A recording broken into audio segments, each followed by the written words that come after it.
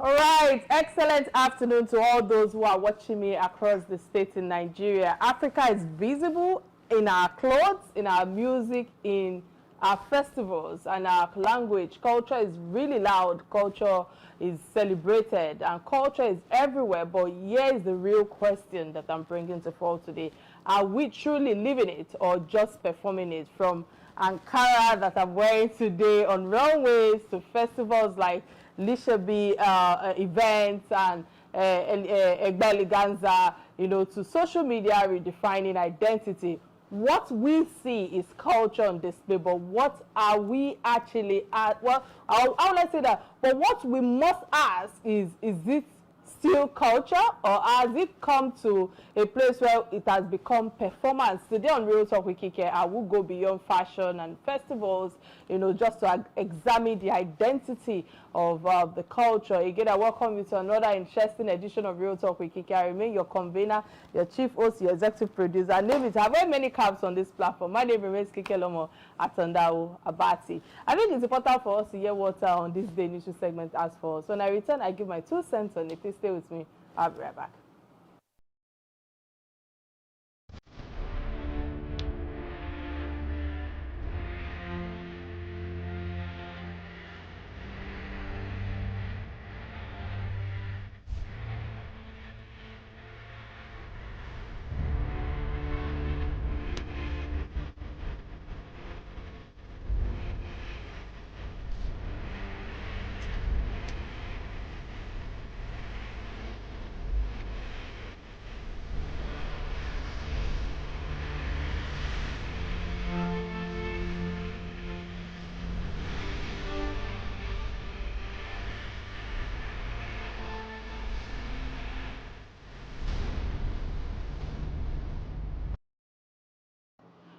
All right, many thanks for staying with me. So my takeaway from on this daily segment today is, as I think what inspired 1902 with Michael Umudu, who was born, and a man who didn't just speak about values, he lived them.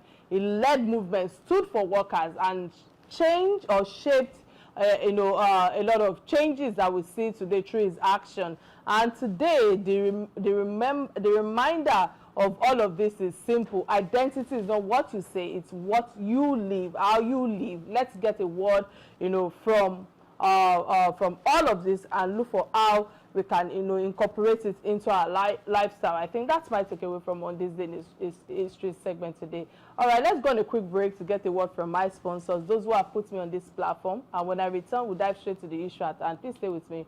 I'll be right back.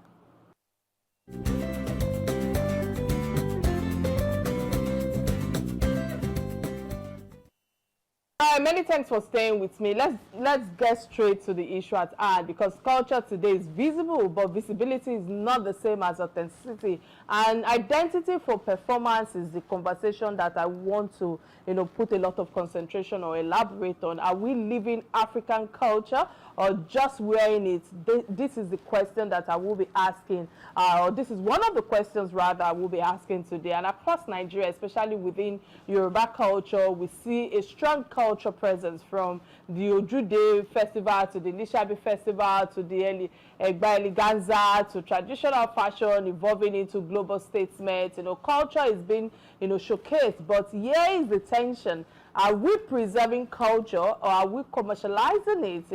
Or should I say that, are we even living it daily, or only displaying it occasionally? There's so many questions coming to head right now regarding the topic at hand. But to break this down for me, I'm being joined by a man who sits at the intersection of culture, business, and of course influence. Aare Labode is a fintech pioneer, business leader, cultural ambassador, founder of Moneybox Africa. But before we go into real talk with him, I think it's important for me to play his guest profile. And when I return, we'll hear straight from him. Please stay with me. I'll be right back.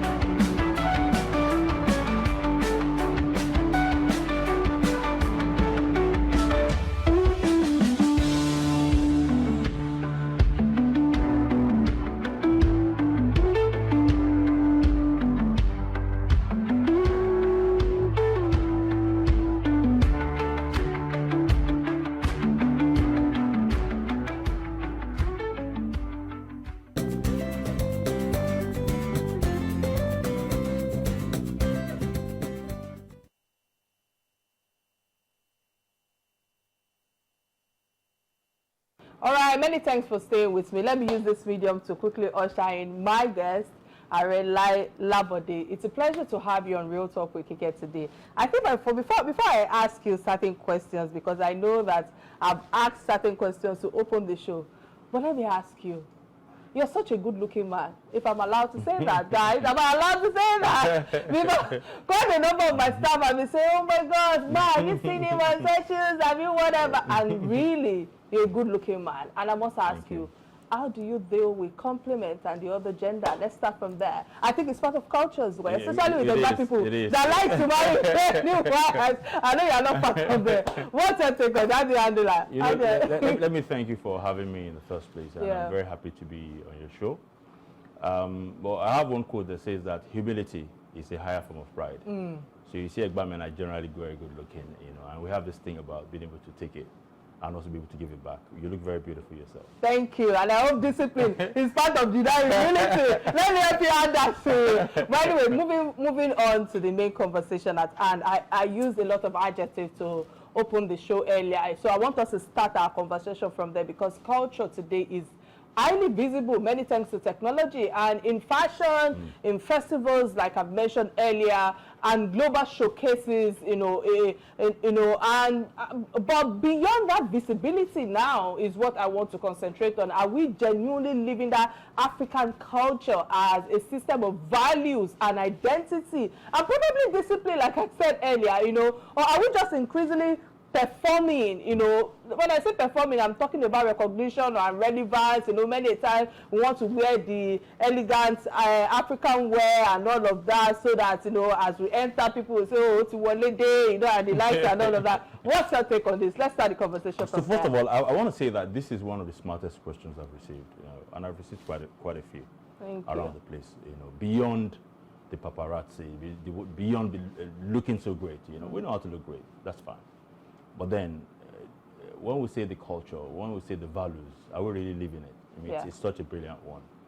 And I'll say that part of what we are doing at the Labode Heritage Foundation, EGBALIGANZA, so to speak, is to focus a lot on these things, right? That beyond the talking, beyond the cliches, there's so much of it.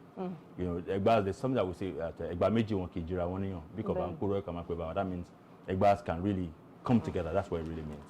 I would really live in it. So there's quite a bit of that that's actually going on. So part of what we're pushing very vigorously, alongside being able to tell our stories with our fashion. For example, Egba people now, you don't see us create anything now. When you watch LISABI Festival, all those attires I see, each one has a meaning. And we're taking the opportunity to also educate. Some of those things are very provocative.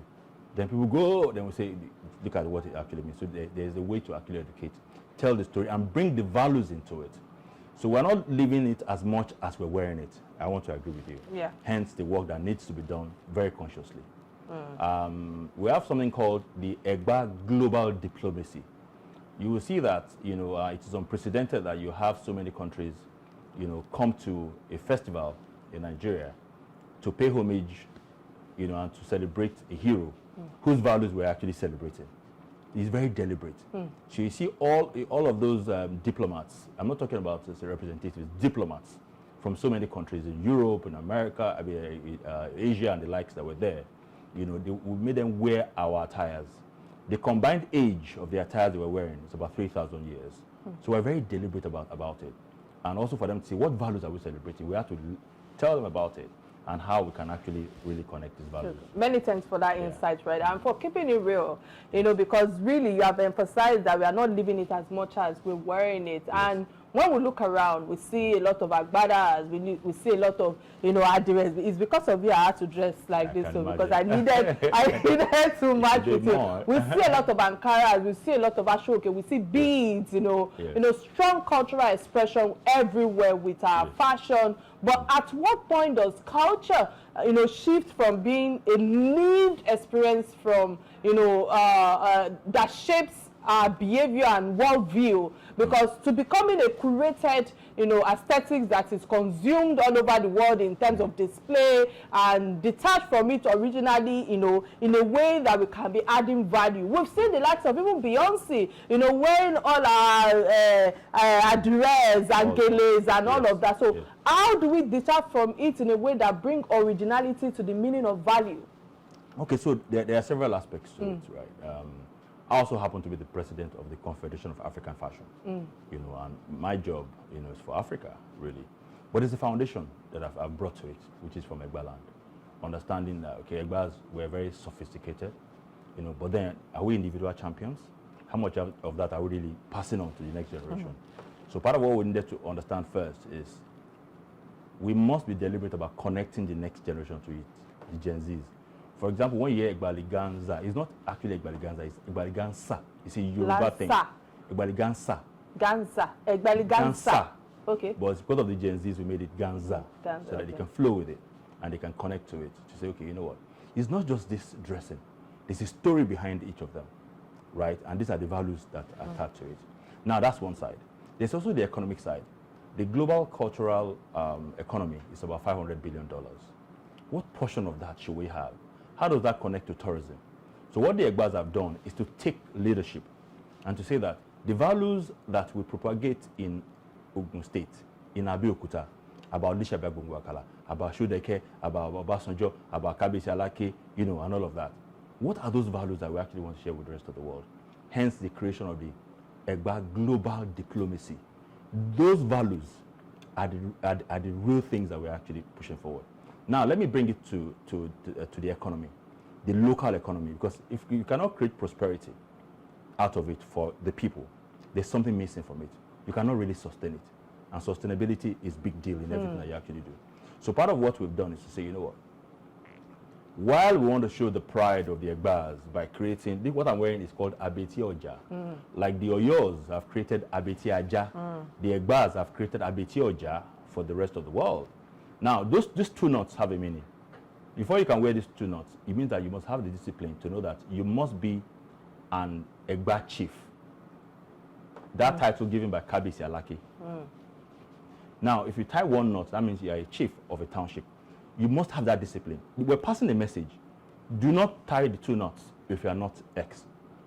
Tie one knot. Those are things that we're actually pushing out. How do we create a lot of awareness to all of this meaning? So, you know, part of what you're doing for me right now, I'm doing for Yoruba land, for Nigeria. It's advocacy, advocacy, and it costs quite a bit of money, you know. The last EGBALIGANZA, it must have cost us about 600 million, you know, with the support of, you know, a few companies and all of that, right?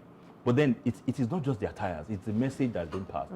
So when we say the EGBAs are Africa's premium blood, what does it mean to be Africa's premium blood? It's from discipline. It's about being able to carry those values. It's about being able to understand that the world is a global village and opportunities must connect from across the world. So when you see diplomats coming to Abeokuta, it is the first edition. Next year, there'll be more diplomats in Abeokuta. It's supposed to be a yearly thing. What can we take from EGBA land to share with the rest of the world? And what do they bring in? Is it commerce? Is it factories? We're trying to build factories. We're trying to build quite a number of things.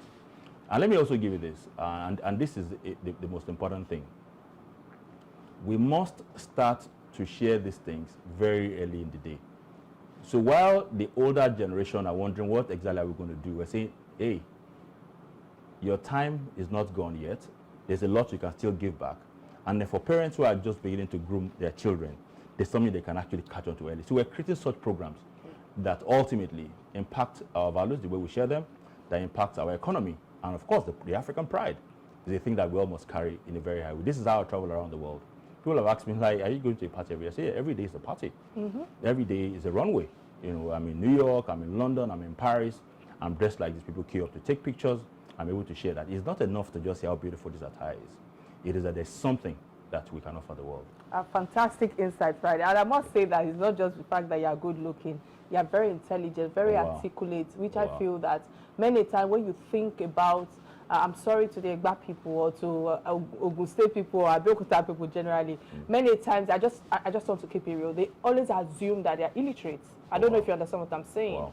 So to find someone like you who is, living it intentionally and representing it well, I must say kudos to you and kudos to many other people that is representing Egba in totality. But I like what you said earlier regarding, the festivals. If we take the Yoruba, experience from LISABI festival to EGBALIGANZA, that you had to actually coin because of the Gen Z, so to speak, for them to be able to relate with it. Even the OJUDE, do these platforms, still function as spaces of cultural transmissions, or where values and will I say identity now, are reinforced because, or are they gradual, evolving? Are they gradually evolving in a way that I can say that, they are just becoming a spectacles that prioritizes visibility over depth? Because many times, to be honest, if people see us that, they will say, oh, they want to stop it because of they are not looking at the meaning of why he's tying the knot twice. There must be a reason why he's using the number of beads or Absolutely. The likes and all of that. So how do we start creating a lot of awareness to educate all of those people so that there can be change going forward? Okay, so it's a journey, right?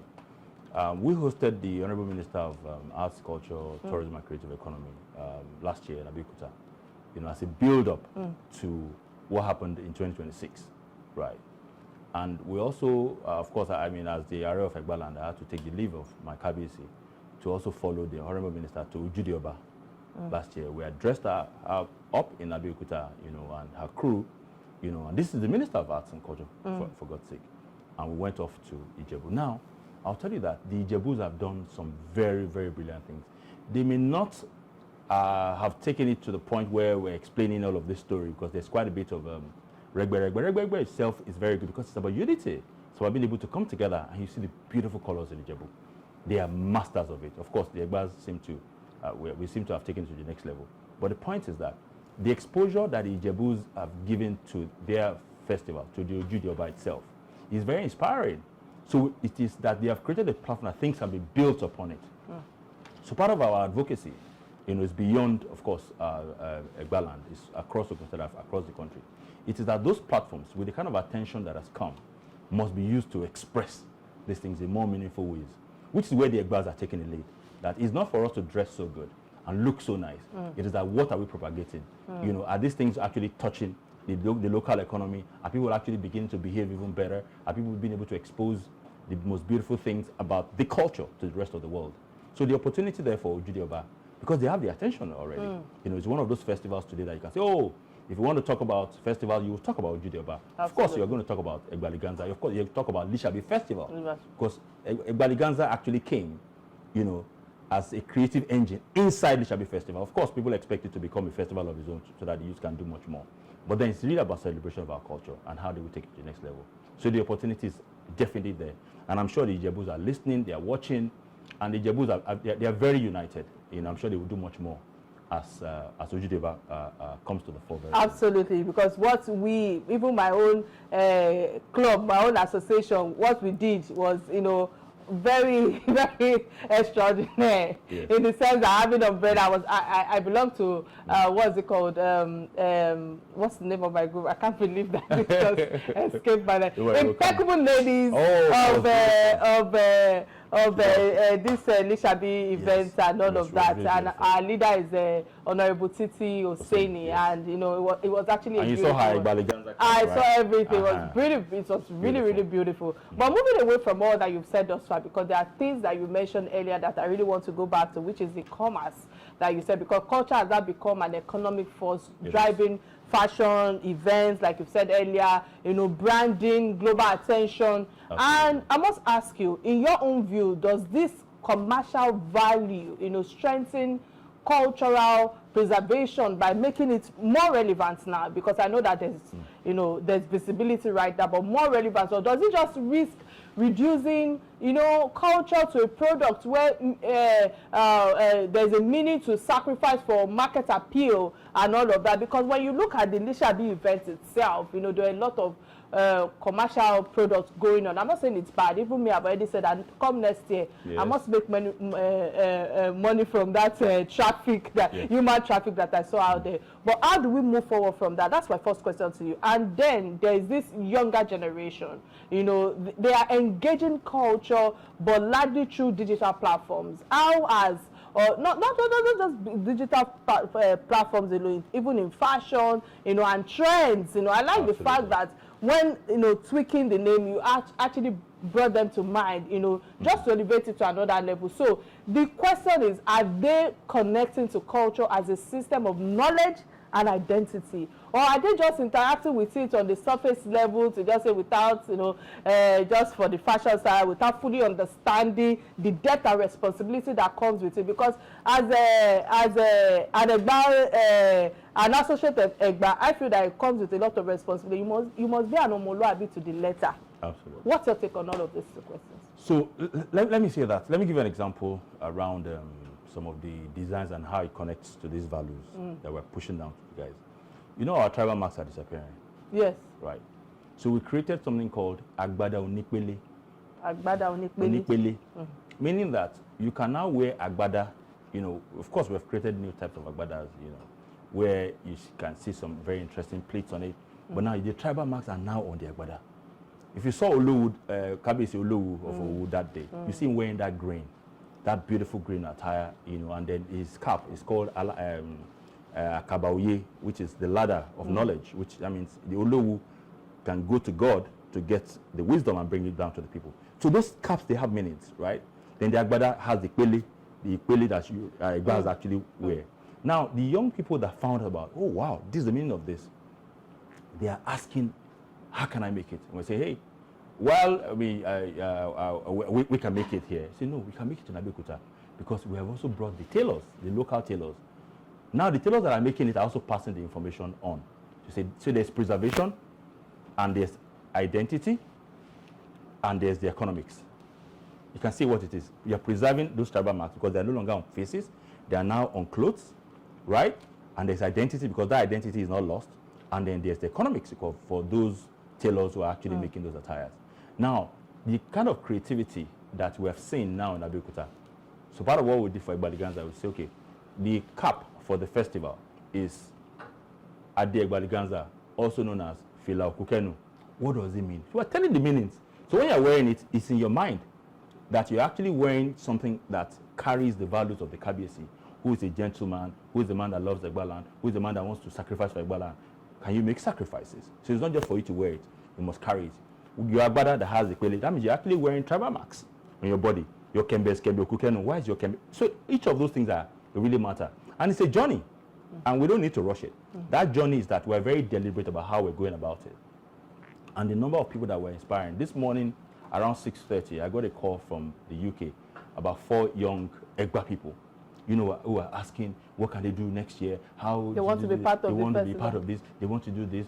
So I told them that just take it easy. Just follow as this is going.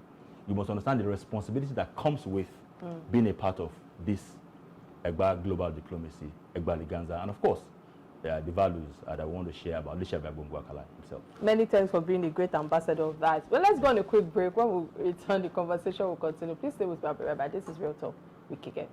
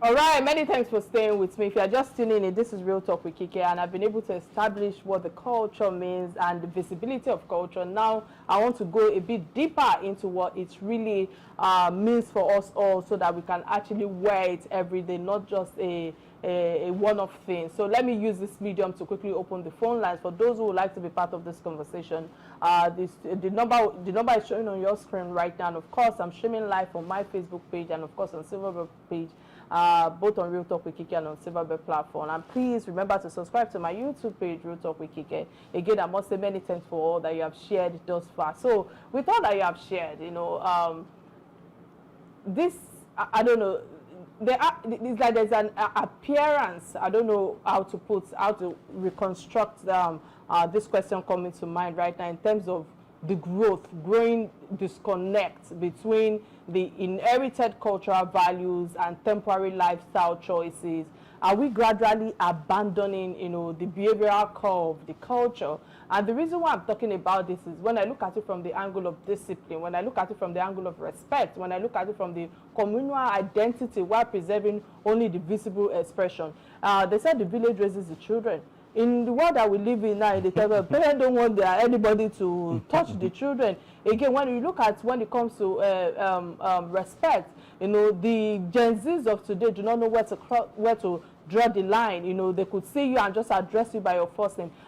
Which I'm saying to myself that, you know what, you know, how do we start re-educating them for them to unlearn something? Yeah, you might have studied abroad, you know, but many times it seems as if they tend to not forget their identity, their own culture, and want to just, you know, embrace the other people's culture. How do we start, you know,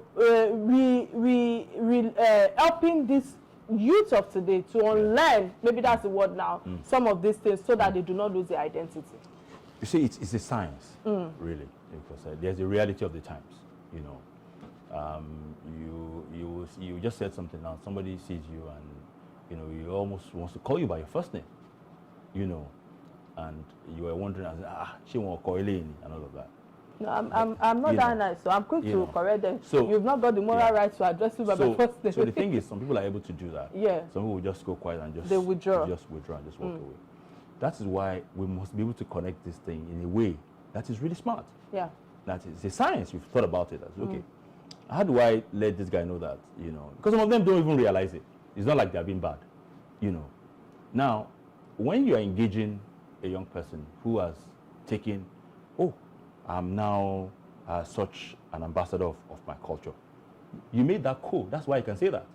If you didn't make it cool, then when he became an ambassador of that culture, so what does it mean? What responsibility comes with it? You can see that there's a sequencing. The attention first, the responsibility, and then the how follows. You know, and it goes that way. That is what we're actually propagating. And I'll tell you this, one of the things that you see with Kabesi, Alake, Kabesi, is that yes, is an over 80-year-old king, but he has a mind that is so large that he's able to look and say, okay, here's the problem. And he just looks at you and passes a message and expects you to pass that message on. You know, yes, I'm the youngest statutory chief, I'm the youngest Aare in history. I also carry that responsibility to say, okay, you know, how do we connect these dots? So I get to take some hits because I need to pass the message on. But I know that the patience has to come with it, where we've taken the attention first. And we're now saying, this is the responsibility that comes with it. And it's so cool to be able to be that responsible. So when you see a person like my daughter now, my daughter sees you in public or private, she's going to kneel down to greet you. That has become so cool. You know, her friends are there are friends that are not Yoruba. When they come to my house now, they are now adopting that because it is cool to do that. Being respectful is cool. That needs to be better emphasized. You know, so you don't see when you see an Egba person, you will never see an Egba person insult an elderly person in public. That's not just going to come by just saying it. It's by acting upon it. And that has to be very deliberate. So that science plus action is what we're doing, and we're making the right investments in it. Many thanks for putting an effort to that change. But now we operate within a global cultural ecosystem. Yes. You know, where influence is constant and unavoidable. You know, so in that reality of globalization, you know, versus being authentic now, can African culture actually retain its philosophical and moral essence, because however you look at it, somebody can be like you shared earlier, that Alake of EGBALIGANZA can just be communicating with you even through body language without not spelling everything out. You pick from it and you quickly interpret that body language. But that's because you understand the philosophy of the Yoruba culture to the letter. Or is it just the globalization, that is subtly reshaping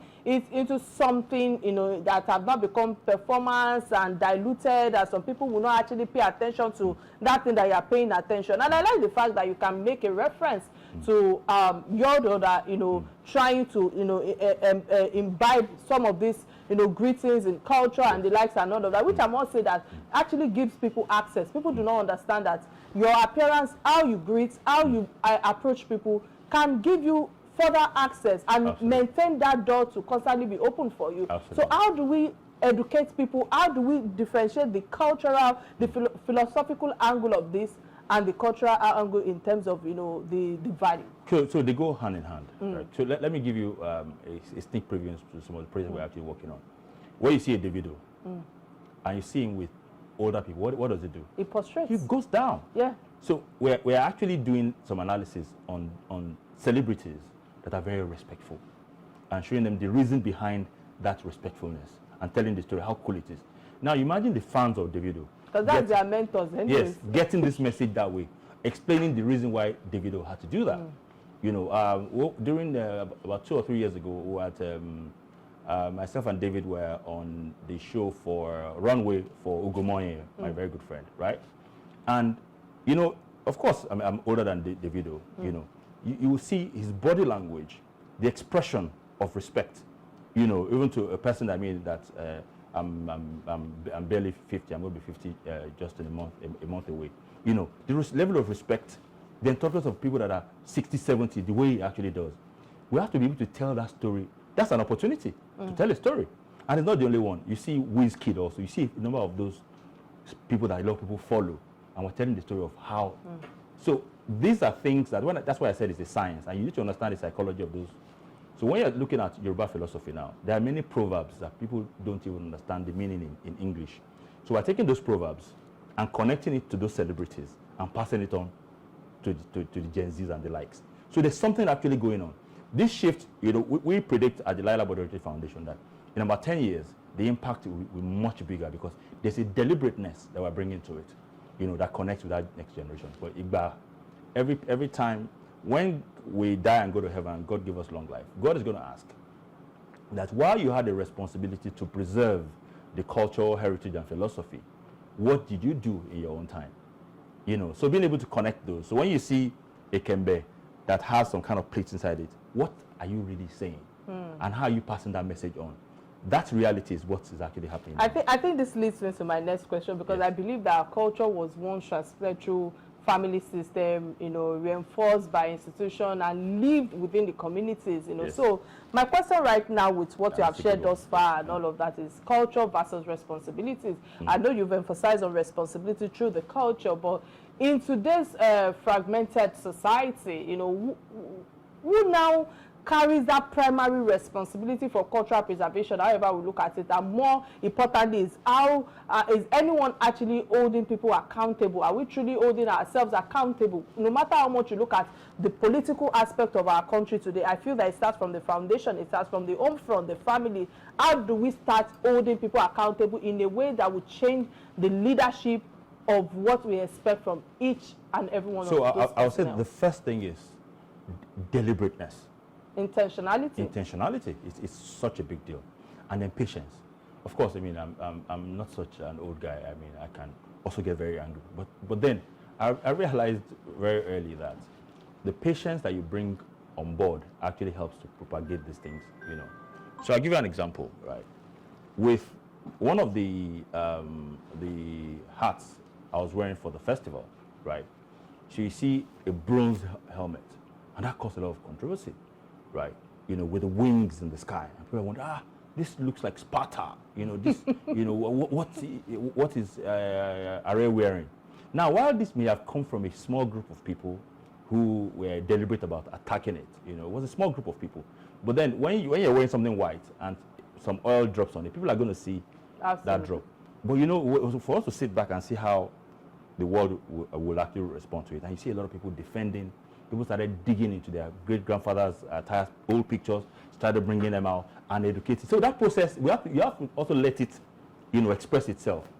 While people were bringing out their grandfather's clothes and saying that, no, these are things that we've done before. Look at what Obademola was wearing. Obademola was wearing in so and so time. Look at what my grandfather did.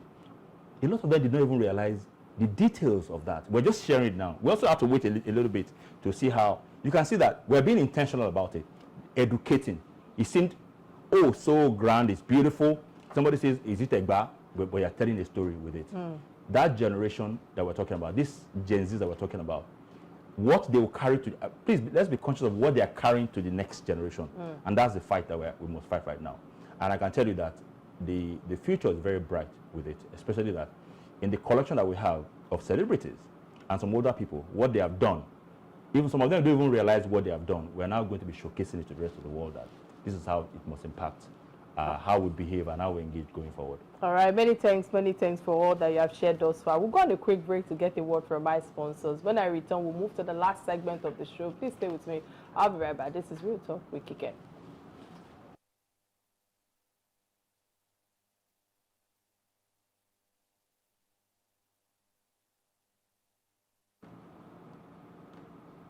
All right, I'm being told that we can still go on and all of that before we go on a quick break. But again, let me say many thanks, you know, Aare, Labode, for all that you have shared thus far, bringing depth and clarity to this conversation which I believe that is very necessary when it comes to we trying to educate you know, the younger ones today. And with all our the conversation have shown me thus far is that culture is not just fashion. Culture is behavior. Culture is values. Culture is identity. If culture is only what we wear and not how we live, then I believe that, you know, there will be a lot of preservation in terms of our identity on everything that we do, that will become a thing that of culture where we will never forget where we're coming from, which is our grassroots and all of that. So thank you so much for lending your voice on issues that affect us all. So let's go on a quick break, you know, to get a word from my sponsors. When I return, I dive straight to the issues that are shaping the conversation in our society. Please stay with me. I'll be right back.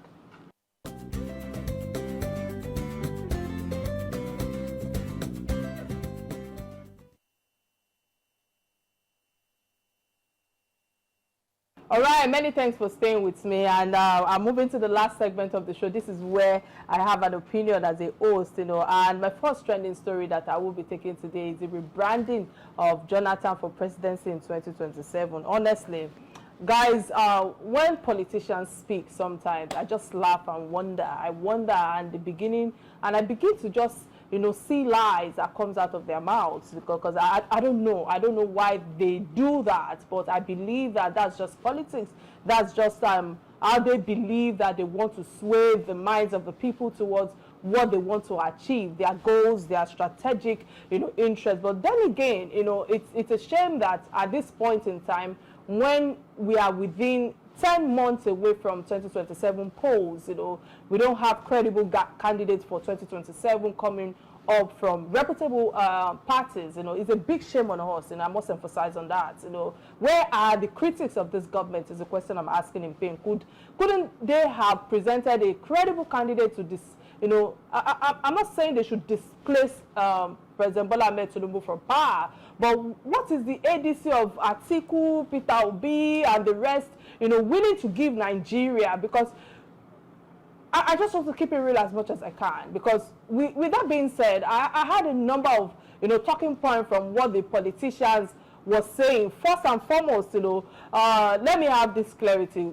Former President Goodluck Jonathan was a fantastic man, a good man by character, as far as I'm concerned, by nobility, you know, a peace ambassador, a very, you know, democratic leader. I don't know what other adjective I can use to describe it. A loving and compassionate man who listens to the plight of the masses. You know, time I've indicated him from, you know, the situation we found ourselves from his critics. However, I am not denouncing his candidacy. Neither am I shortchanging him or saying that he's not fit for 2027. But we should have left that paradigm of trying to deceive the people in pursuit of political aims. Politicians should run how they want to run, but this is 2026. We should be speaking on behalf of Nigerians across the 36 states and the FCT, saying Goodluck Jonathan is a unifying force where, where was the poll taken? I'm asking again. Where was that voice heard? Who said so? You are only speaking for yourself and the interests of your party and your political cohorts who will eventually be the cabal if you bring President Jonathan back to power. We know how it's been played. Everybody now is into politics, military technology. At least for me, my own family, maybe I should speak for myself before my significant other will say that you just spoke for yourself. And those around me in totality, nobody has said that, they've seen he have lost his credibility. I'm talking about Jonathan now in terms of the public pools, asking Nigerians what they want for 2027. What I am looking at is this: why should we continue to recycle precedents in Nigeria? We should allow the younger generation to lead. We should allow people with fresh minds, not those deeply entrenched in old political structures and loyalties. Yes, they must be political, but what I mean is people who are not bound by the influence or being dictated to by political interests or political godfathers or whatever association they belong to. If someone like Goodluck Jonathan comes into power again, he will still operate within the influence of the party structure he emerges from. This is a reality. But that being said, I believe that we can have someone neutral, someone who genuinely has the love, that understands the pain and drive to turn things around. No doubt, Goodluck Jonathan had relatively better index when it comes to security, when it comes to the exchange rate, stability, and crude oil performance. It's not perfect, but compared to the Buhari era and what we are currently experiencing under President Bola Ahmed Tinubu, we can say his scorecard was, comparatively better. However, coming out to tell Nigerians that we want Goodluck Jonathan, I'm sorry, I must keep it real. No. We have not said that. So I don't think that people should misinterpret me. Can't we just take a cue from other African countries that have young and vibrant leaders who are determined to make that change, who are fearless, who will not be cooked into unnecessary political shenanigans that we are seeing right now? We want to I don't know, I'm trying to be careful with my choice of word, but this is what our politicians keep doing, misrepresenting over 200 million Nigerians. If some Nigerians feel comfortable with Jonathan returning, that's fine. But we must move past this era of misleading narrative. All these shenanigans must end, I'm sorry. Are we not aware that there are cabals and political godfathers where interest often override others in power?